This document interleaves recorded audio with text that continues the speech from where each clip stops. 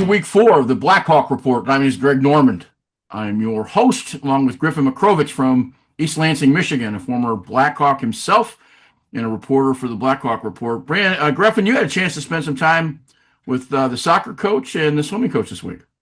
Yeah, that's right, Greg. I finally tracked down Sean Lovelace for the first time. He's a busy guy, but we got him on the show. He's the head coach of the Brandon's men's soccer team. This is his 14th year, and last year he actually was the only Brandon team to win the Flint Metro League title.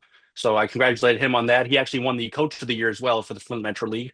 He's been in the Brandon Township forever. He's been in there since 1998, actually all the way when Fred Wavebrand was putting on his recreational leagues. He was coaching there, moved up the travel ball, and now he's settling into Brandon High School for the last decade.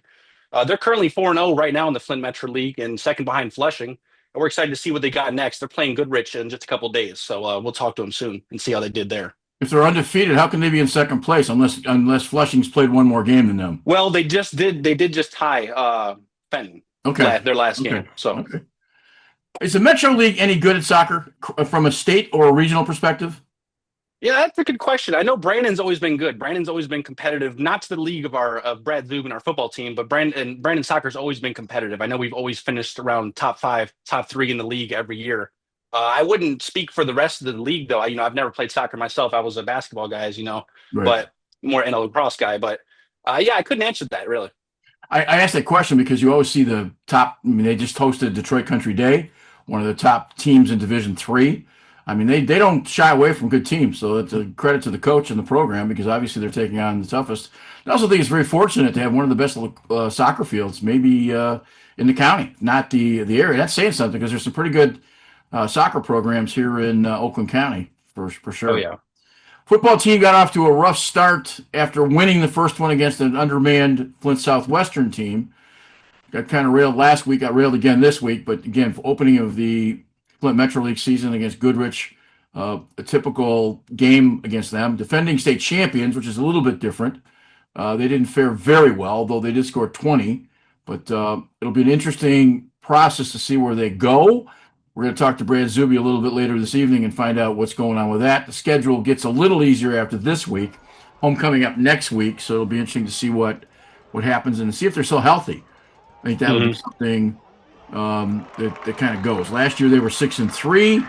Now they're 1-2. So to get back to 6 wins, which is what you need to get into the playoffs, or a very lucky 5-4 record to get into the state playoffs. So we'll see what Brad's reaction to that is. And I actually have not seen the film, so I'm not sure exactly what the team process is. And obviously you had a chance to talk to swimming coach. We're going to have some highlights with swimming this week. They were at home and talk a little bit about the swimming program.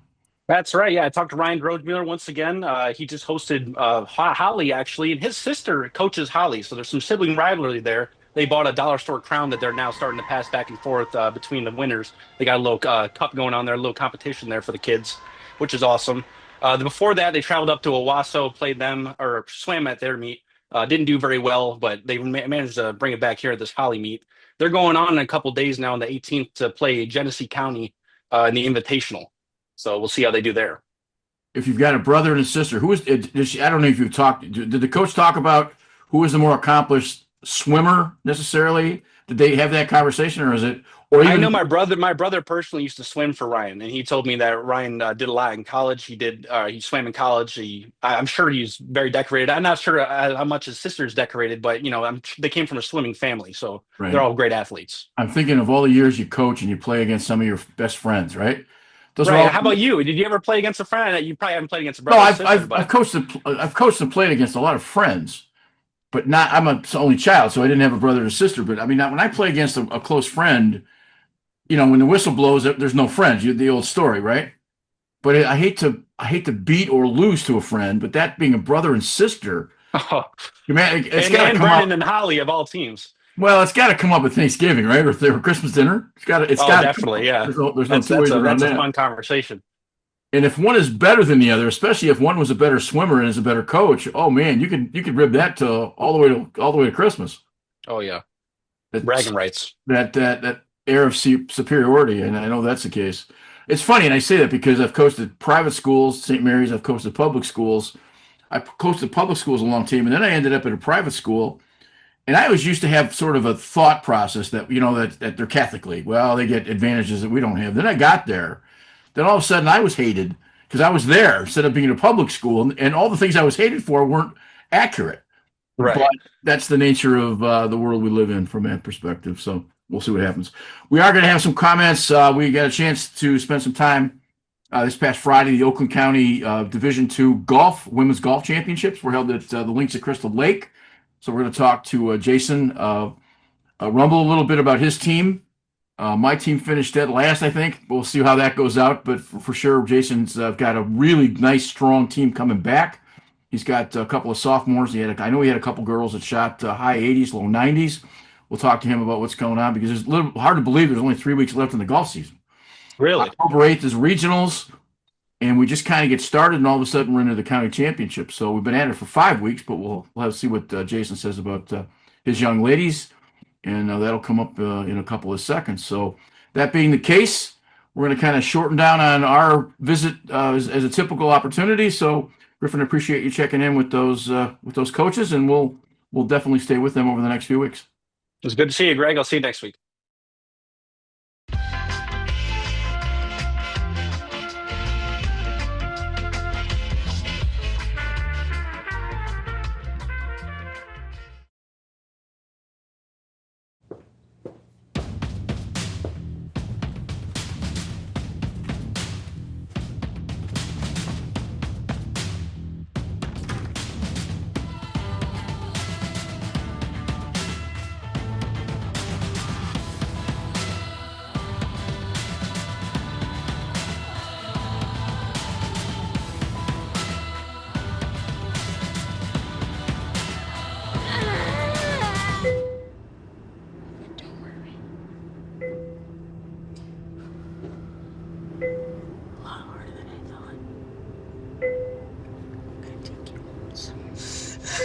It's okay. That's it.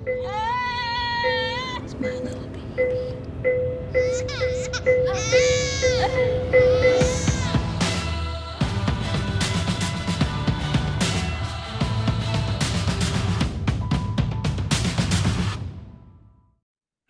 Welcome back. We're getting a chance to talk to Brandon head coach Brad Zuby of the Blackhawk Report. Brad, I appreciate you taking time out like you do every Sunday night. This is our fourth attempt at keeping up with Brandon Blackhawk athletics. We'll cover some golf, soccer, and certainly some swimming, but we're going to make sure we get to the football. Kind of a tough loss, 48-7 on the road. You 14-7 at the half. So obviously, whatever you were doing, the adjustments were made right. We're in that right place, and maybe a little bit like the Lions last week, maybe some adjustments that didn't happen in the second half. We felt good about our game plan going into the game. I think you're going to see a theme here with Goodrich as the season goes on with their league play. They're playing with the Division I roster. They are very, very good. We played a 10-man box to try to slow down their run game, and that takes some perfect fits, and you can't miss tackles. And if you miss one, they're going to get loose on you. So you either try to bottle them up at the line of scrimmage, or they get 12 yards on you if you're playing a traditional defense on every play. So I was proud of our kids in the first half. We forced 3 turnovers, 1 on special teams, 2 on defense. Offense went right down the field and scored on our opening drive. But they are a big physical football team. They're well coached. They're hard to run against. We found some things in the passing game as the night went on, and early on, kind of throughout the night, we were able to throw a little bit. But just putting together sustained drives and stopping them over time. Second half, they just mow you down there. They got a lot of grizzly bears on that team, and they just kind of paw at you after a while. They just beat you down. So hopefully our kids understand it and get over it. And I think the rest of the season are games that we should have a good chance in and play good football and just try to stay healthy. We're a little dinged up coming out of that week too, but onward and upward, Greg. Are they better than last year? I don't know that they're better than last year, but they certainly aren't any worse. It's hard to balance. They're bigger up front than they were last year. Their tailback runs hard. They had one of their up backs who'd been out the first couple games back, and he's a bulldozer. Their quarterback does a nice job running that offense, and he runs more than he used to in the past. And they're a well coached team right now. And all you got to do is tip your cap and try to get back next time. When you mentioned Division I, you're referring to college. They've got those kinds of athletes. No, I'm talking about, there's 8 divisions in the MHSAA, and Right. we're Division 4. I think they compete. I would think they would compete no problem at a Division 1 level. I mean, if you look at 2 weeks ago, Harper Woods beat Clarkston, and Goodrich ran Harper Woods off the field last year in a playoff. So, they're a heck of a good football team right now. Okay. Yeah. Any highlights you want to talk about briefly? Anything that was? Yeah, I mean, like I said, I mean, we did some good things in the passing game. I liked our fits. Our kids did some good things. And I told the boys at the start of the game, I said, hey, I want to see you fight. I want to be proud of you at the end of the game, that I know that you gave your best effort and that we hung in there as long as we could, and we put ourselves in a chance to try to win a football game. And I think most of our guys hung in there and fought and battled and gave themselves a chance. And momentum's a heck of a thing sometimes in the second half, but I'm proud of our guys, and we're looking forward to what we got left on the schedule. Okay, so you got 6 weeks left. You've got to win 5. Some guys get in at 5-4 if the schedule's right. You've obviously played some pretty good teams. Losing to a Goodrich doesn't hurt you, because obviously the numbers that they generate for the formula has got to be a good thing for you guys. Yeah. So yeah, I mean, now it's just league play the rest of the way. The league is interesting. We've got a Corunna team coming in this week that lost to Clio last week, and Clio and Owasso are playing this week, and they're both 3-0.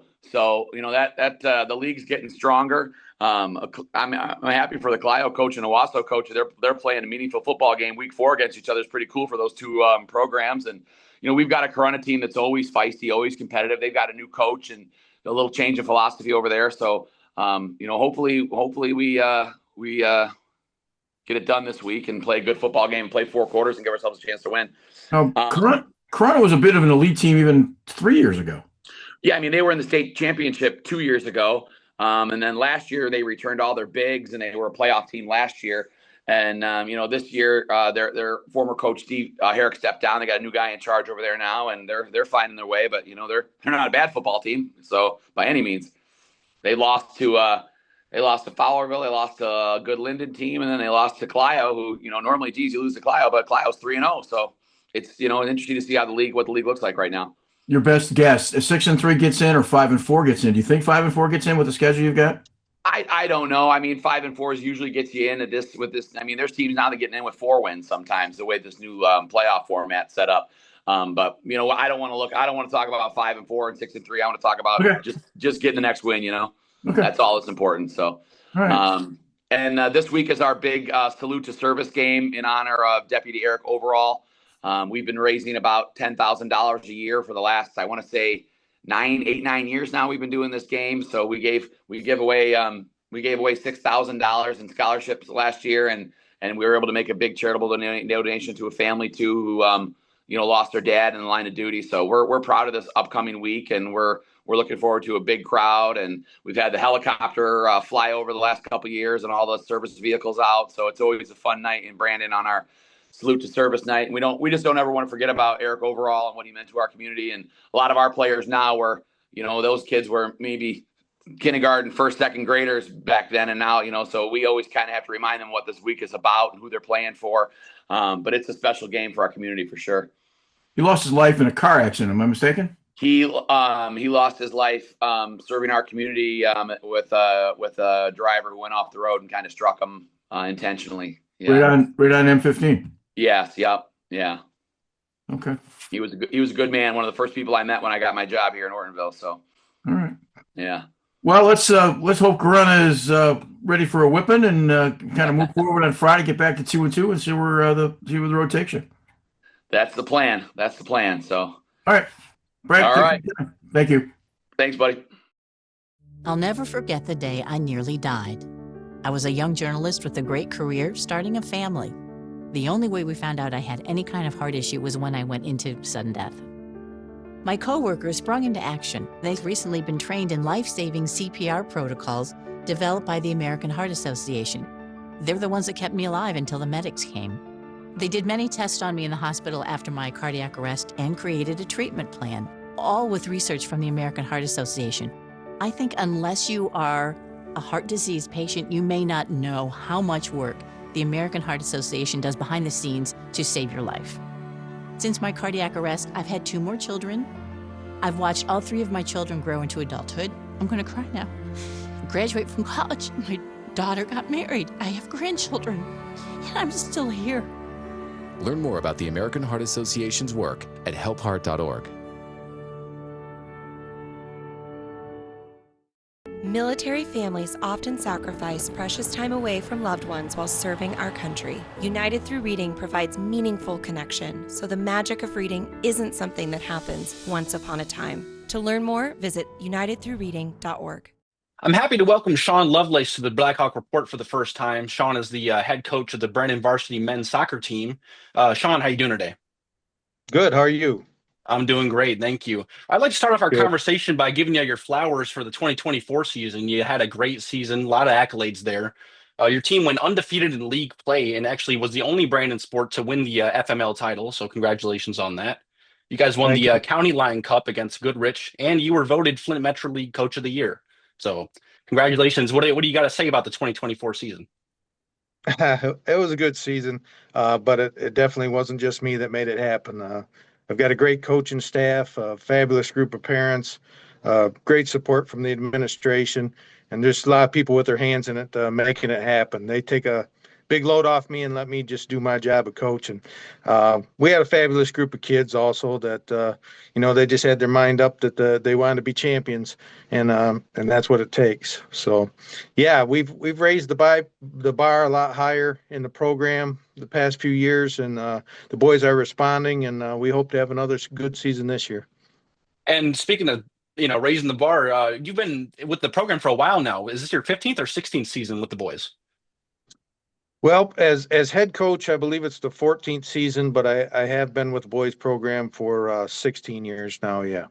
Oh, Yeah. wow. And I've- I've seen through my research on the Citizen newspaper that you've also hosted not only fundraisers for the soccer team, but for charities as well in the community. Yes, that's true. I've coached in the Brandon community now since 1998. So I believe this is the 27th year. Coached rec at first and then travel club ball after that before coming to the high school. Love the community, and I can't see myself coaching anywhere else. Yeah, and everyone loves you. I mean, I was just talking to one of your former players, Aiden Reynolds, and he said that you're a very family-oriented, very player-focused coach. You really care about the development of your players and what they go on to do after they leave their time with you. So we really appreciate you having you here in the Ordinville community, sir. Going on to Thank you. this year, you guys are starting out 3-0. I know they didn't update the Fenton score yet. Did you guys win the Fenton game, or what happened there? We tied it, so we're 4-0-1 in the league, still undefeated. Got a couple tough ones coming up this week. We got Goodrich and Flushing, who's in first place. So, yeah, this week could determine our fate in the Flint Metro League for sure. And how are you looking up against these teams? I see you play Fenton right after Goodrich, and Fenton has the same record as you right now. How do you feel about those teams? Well, Fenton, we had to lead twice in the game. Unfortunately, we weren't disciplined enough to finish that one out, and that was a shame. But we'll learn from that, and hopefully they'll help us this week. I think we've got a great chance against Goodrich and Flushing both. I mean, we took it to them last year, and we hope to do the same. Well, Mr. Lovelace, thank you so much for joining us here on the Blackhawk Report, and we hope you can catch us in a week. Well, thank you. Appreciate it very much. Of course. Every day, thousands of kids start vaping. And I can't let this happen to my kid. Of course, it's awkward to talk to kids about the dangers of vaping. Hey, bestie, how sketch is ready? It's hard to get their attention. Ready? Go. Yes. Look at that. Yeah, you didn't even turn yours over. So if you want to talk to your kids about the dangers of vaping, you got to get it trending.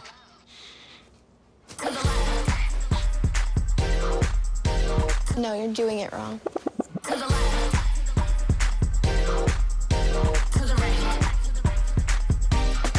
Let's go. Can we talk? Yeah, what's up? Visit talkaboutvaping.org for tips on when and how to have the vape talk. We're joined once again by Ryan Drogemuller, the head coach of the Brandon swimming program and published author on Amazon. I just saw your trilogy, Orthos. I gotta check that out. Did you write that with your brother or your wife, or what was that? No, I wrote it. Wrote it, and then my sister was the editor because she really likes grammar and stuff on that. So Yeah, I'm sorry. Just that was kind of out of left field. I just saw that while I Yeah. was researching what was going on with you this week. Getting back to Yeah. swimming, I saw you guys. You lost your meet against Owasso, but you won against Holly. I'm guessing that's not just the difference between the pools in Brandon and Owasso. I'm guessing something went on there. Maybe you could tell me. Maybe a Oh, little bit, but no. It's no. The Wasso team was a really good team.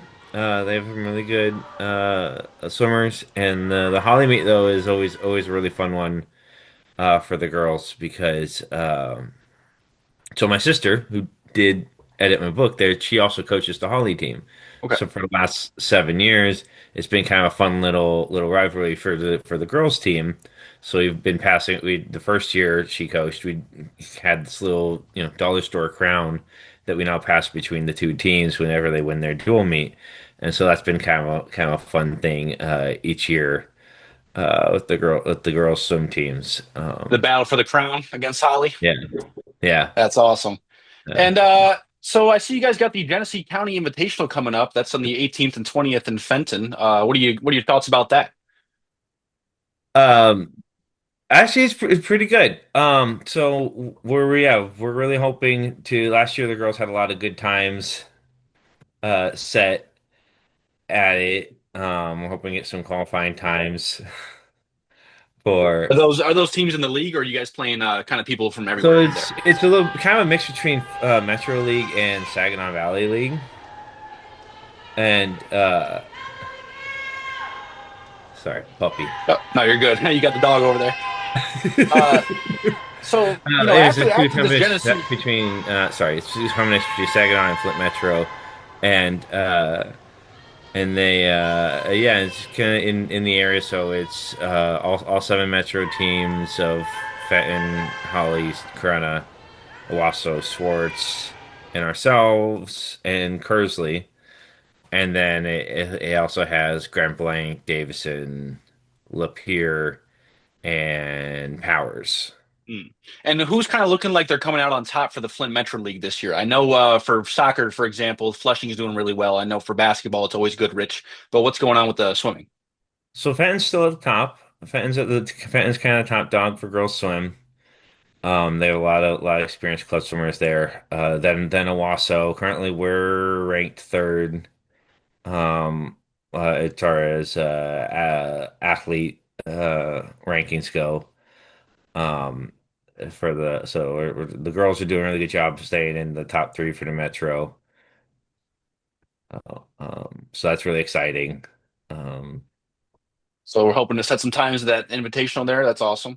And then yeah, after yeah. that, you guys got the Bay City Western. That's at the Brandon Pool. And I mentioned it earlier, the difference between the Owasso and the Brandon Pool. I know when I was playing basketball, for example, we would travel out to different courts and they would have different materials in the backboards, and that would affect our shots. Is that the same with the pools? Do you guys use maybe different chemicals in the pools or different temperatures at different places? Not so much as the temperatures and the chemicals. It tends to be sometimes the pool environment and the lighting and the blocks can feel a little off or different for kids. So like Owasso's pool is a lot. There's a higher gutter, so some of the kids really have to work on their upper body strength to get out. It's most time it's just a mental thing. With the kids, it's mostly it's kind of a mental thing. Different atmosphere, different lighting. Different Uh, crowd. yeah, Right. yeah, different crowd. So it's more mental than anything actual physical. The pool's still the same size, it's still the same, kind of water. Right. I was Blocks are just maybe a wondering, little I bit never varied. swam in high school, so I had to ask it. Well, Ryan, thanks so much for joining us on the Blackhawk Report. We good luck in your invitational and your Bay City meet coming up, and we hope you can see us again for next week. Thanks. Looking forward to it.